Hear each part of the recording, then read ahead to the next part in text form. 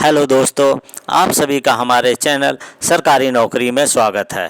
दोस्तों, करोड़ों केंद्रीय कर्मचारी पेंशनर्स 8वें वेतन आयोग से संबंधित छोटी से छोटी खबर, बड़ी से बड़ी खबर पर पैनी नज़र बनाए हुए हैं। वहीं पर एक मीडिया रिपोर्ट या ये कह सकते हैं मीडिया में आई हुई खबर ने करोड़ों केंद्रीय कर्मचारी और पेंशनरों के पैरों के नीचे से ज़मीन निकाल दी।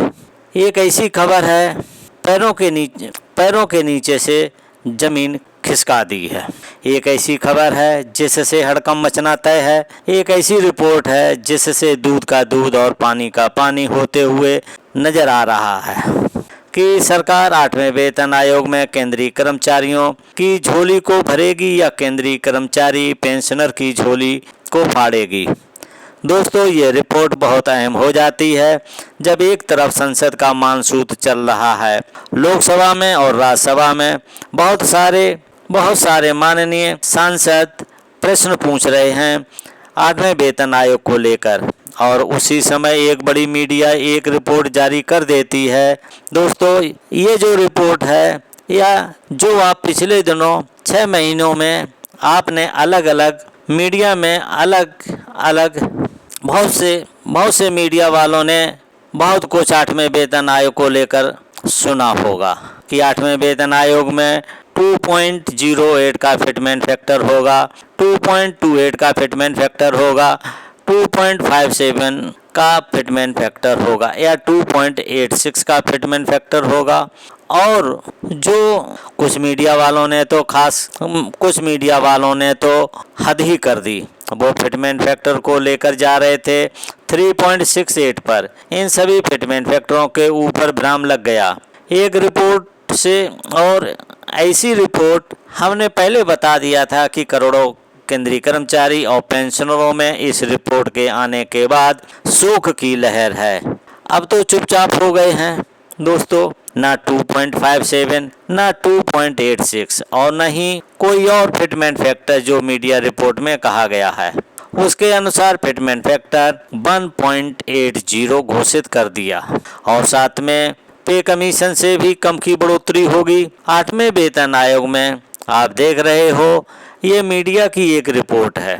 अब ये पूरी खबर के ऊपर हम आपको लेके चलते हैं और हम बताना भी चाहेंगे लास्ट में इस खबर के बाद में कि 18,000 जो न्यूनतम वेतन है उसकी बढ़ोतरी कितनी होगी, जिसका 25,000 रुपया है उसकी कितनी बढ़ोतरी होगी, जिसकी बेसिक पे 35,000 रुपया है उसकी कितनी बढ़ोतरी होगी, और जिसकी 50,000 रुपया बेसिक सैलरी है उसकी बढ़ोतरी कितनी होगी। दोस्तों, वीडियो में लास्ट तक बने रहना। और पहले से ही हम आपसे रिक्वेस्ट कर रहे हैं, आपसे गुजारिश कर रहे हैं, आपसे निवेदन कर रहे हैं कि वीडियो को ज़्यादा से ज़्यादा शेयर करना। हम आपको रिपोर्ट के ऊपर ले चलते हैं। आप स्क्रीन पर देख भी रहे हैं 8वां वेतन आयोग 8वें वेतन आयोग में 13% की बढ़ोतरी संभव। फिटमेंट फैक्टर 7वें वेतन आयोग से कम। कोटेट इंस्टीट्यूशनल एक्टिविटीज द्वारा सोमवार को जारी एक रिपोर्ट के अनुसार 8वें वेतन आयोग के अनुसार केंद्रीय सरकारी कर्मचारियों के लिए प्रभावी वेतन वृद्धि 13% होने की संभावना है, जो कि 7वें वेतन आयोग के अनुसार लगभग 14.3% से भी कम होगी। 14.3 से भी कम होगी, जिसने करोड़ों केंद्रीय कर्मचारी पेंशनरों को सकते में डाल दिया है, एक शोक दिया है। इस रिपोर्ट ने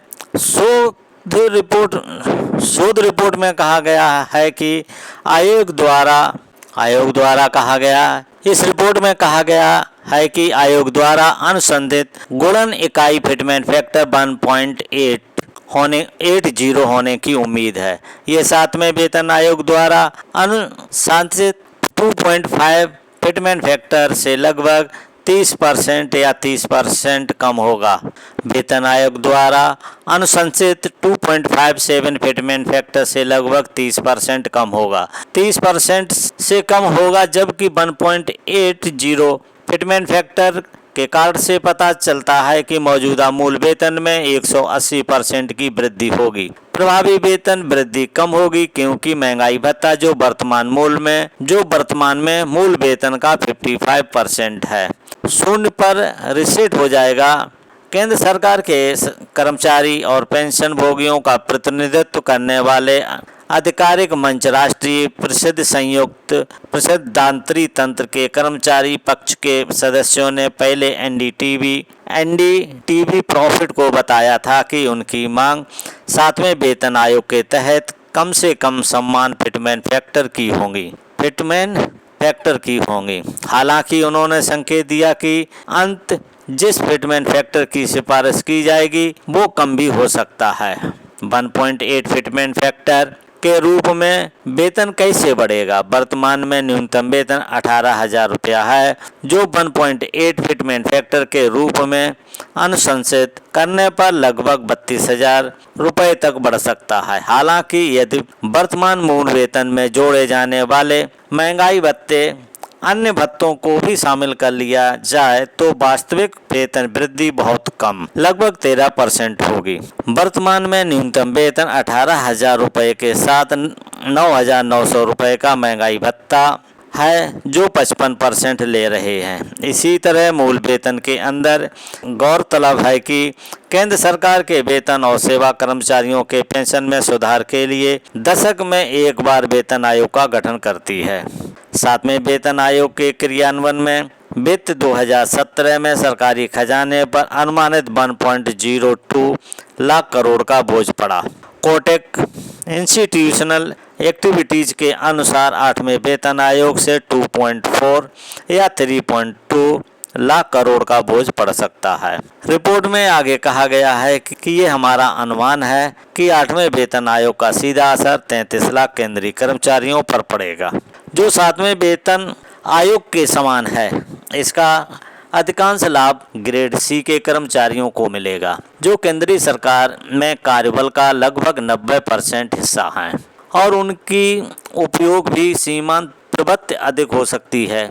दोस्तों, ये नेशनल मीडिया ने ये एक रिपोर्ट जारी की है और ये रिपोर्ट इसने किसके आधार पे की है? कोटक इंस्टीट्यूशनल एक्टिविटीज के अनुसार।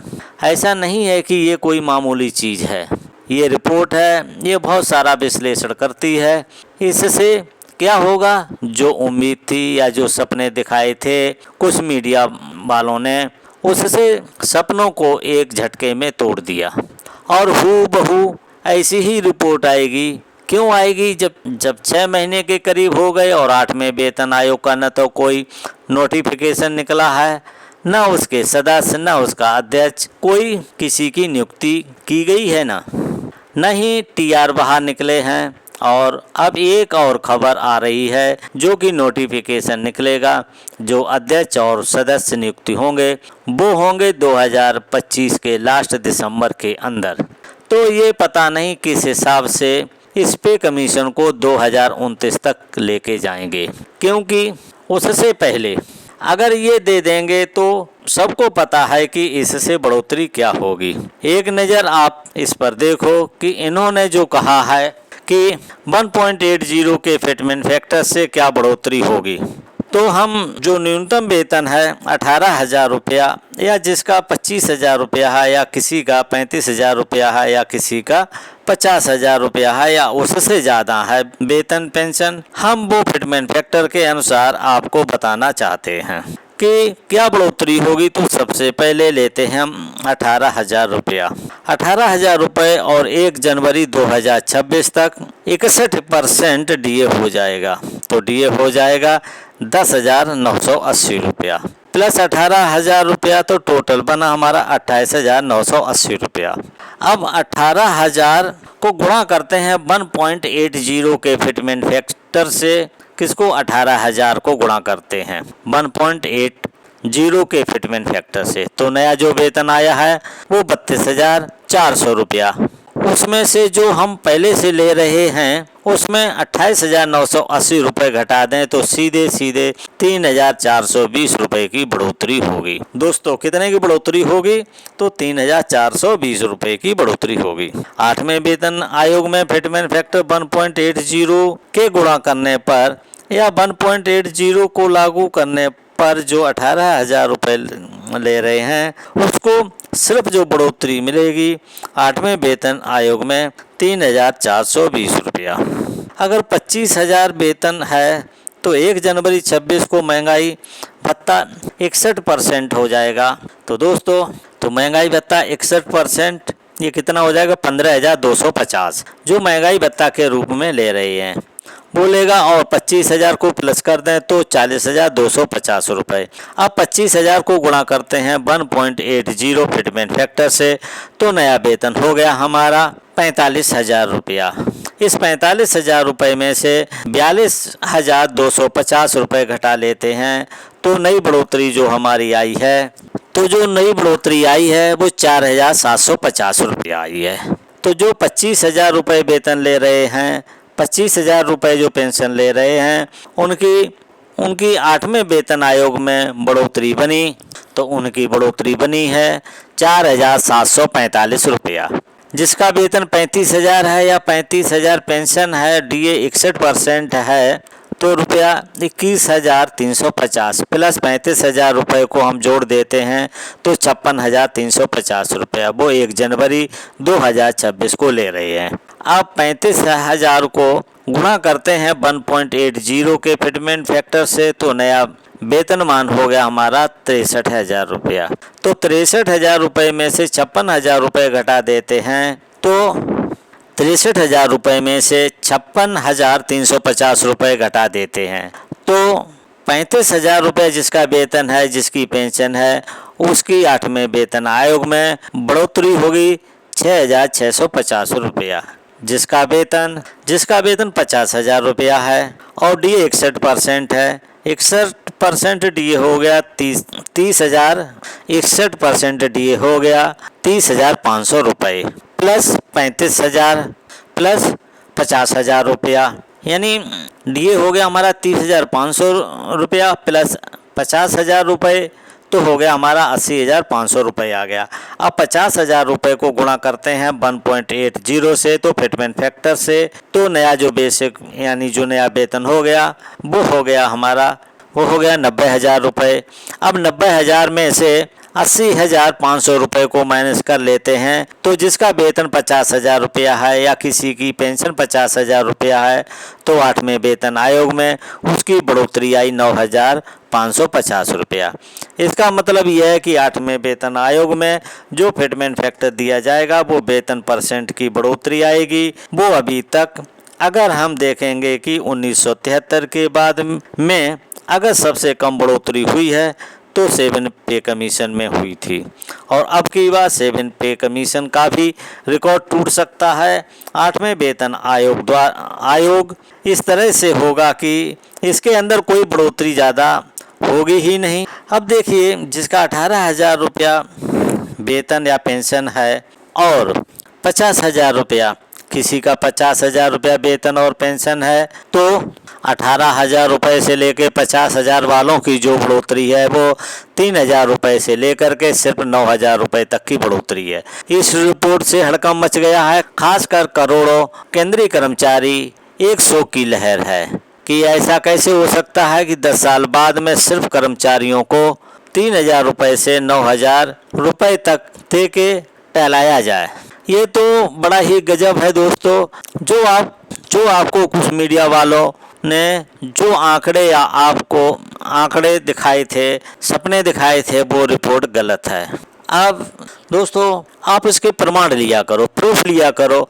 कोई भी चीज़ देखने से पहले उसको 10 बार सोचो करो, समझा करो। और इस रिपोर्ट को आप लोगों तक बताने का हमारा मकसद ये था कि जो करोड़ों केंद्रीय कर्मचारी हैं, पेंशनर हैं, वो बल्ले बल्ले की खबरें कि 8वें वेतन आयोग में मिलेगा 2.86 को छोड़ के और एक्चुअल में जब तक नहीं मिलता है तब तक नज़र बनाए रखें और सरकार से अपने 8वें वेतन आयोग के हकों के बारे में प्रश्न भी करते रहें और छोटा मोटा विरोध प्रदर्शन भी शांतिपूर्वक करते रहें, तभी कुछ हो सकता है। दोस्तों ये जानकारी आपको देनी थी। ये जानकारी कैसी लगी आप हमें कमेंट में ज़रूर बताइए। ये जानकारी आपको अच्छी लगी हो तो लाइक करके अधिक से अधिक शेयर कर दीजिए। यदि आप पहली बार इस चैनल को देख रहे हैं तो इस चैनल को सब्सक्राइब जरूर करें। सब्सक्राइब करने के बाद घंटी वाले निशान को दबा करके ऑल पर सेट कर दीजिए, जिससे हमारी आने वाली हर अपडेट आपको सबसे पहले मिल सके। तो दोस्तों इस वीडियो को देखने के लिए थैंक यू फॉर वॉचिंग। अब मिलेंगे नेक्स्ट वीडियो में नई जानकारी के साथ।